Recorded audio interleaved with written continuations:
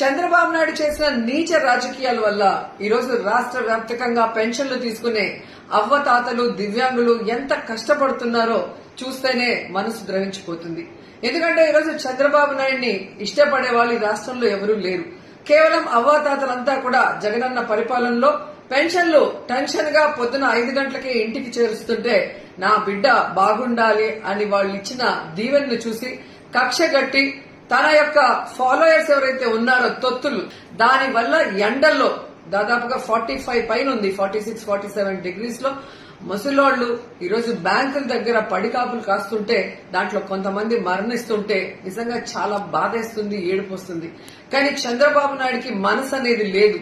ఎంతటి రాజకీయాన్ని నీచంగా అయినా చేయగలడు, ఎంత కుటిలంగా అయినా చేయగలడని తనకి పిల్లనిచ్చిన మామని వెన్నుపోటు పొడిచినప్పుడే మనకు అర్థమైంది. ఏ విధంగా ప్రజల్ని ఎండల్లో తిప్పి వాళ్ళ మరణానికి కారణమవుతున్నారో ప్రతి ఒక్కరు కూడా గమనించాల్సిన విషయం.